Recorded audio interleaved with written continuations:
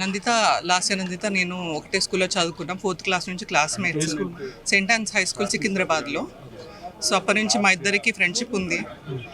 కాకపోతే ఇలా సడన్గా డిమైజ్ అనేది నేను తట్టుకోలేకపోతున్నాను.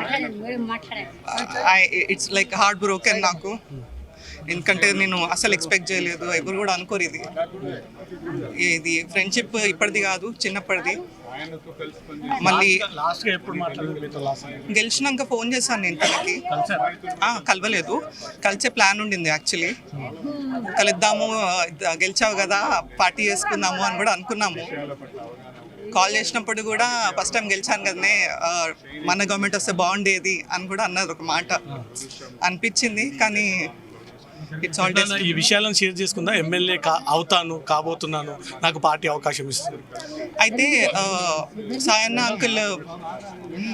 అంకుల్ ఎప్పటి నుంచో ఎమ్మెల్యేగా ఉన్నారు. ఆయనకు చాలా మంచి పేరు ఉంది. అయితే 2016లో తన పాలిటిక్స్లోకి ఎంటర్ అయింది. సో అప్పటికే కార్పొరేటర్గా కంటెస్ట్ చేద్దాం అనుకుంటున్నా అని ఇంట్రెస్ట్ చూపించింది, చెప్పింది కూడా. తర్వాత నుంచి అప్పటి నుంచి కంటిన్యూ అట్లానే పాలిటిక్స్లోనే ఉండే. కాకపోతే అంకుల్ది కూడా సడన్ డిమైజ్ అయ్యేసరికి ఇంకా తను టేక్ ఓవర్ అయిన విషయం మీ ఫ్రెండ్స్ అందరికి షేర్ అయిందా మేడం? మా స్కూల్ ఫ్రెండ్స్ ఉన్నారు ఇక్కడ, ఆల్రెడీ ఉన్నారు. మీ క్లాస్మేట్స్ వచ్చారు? ఇంకెవరైనా అవుట్ ఆఫ్ కంట్రీస్లో లేరండి. మా ఫ్రెండ్స్ ఉన్న క్లోజ్ ఫ్రెండ్స్, నేను ఇంకా 3 అమ్మాయిలు ఆల్రెడీ ఇక్కడ ఉన్నాము. వచ్చారు, వాళ్ళు కూడా ఉన్నారు అక్కడ. Thank you.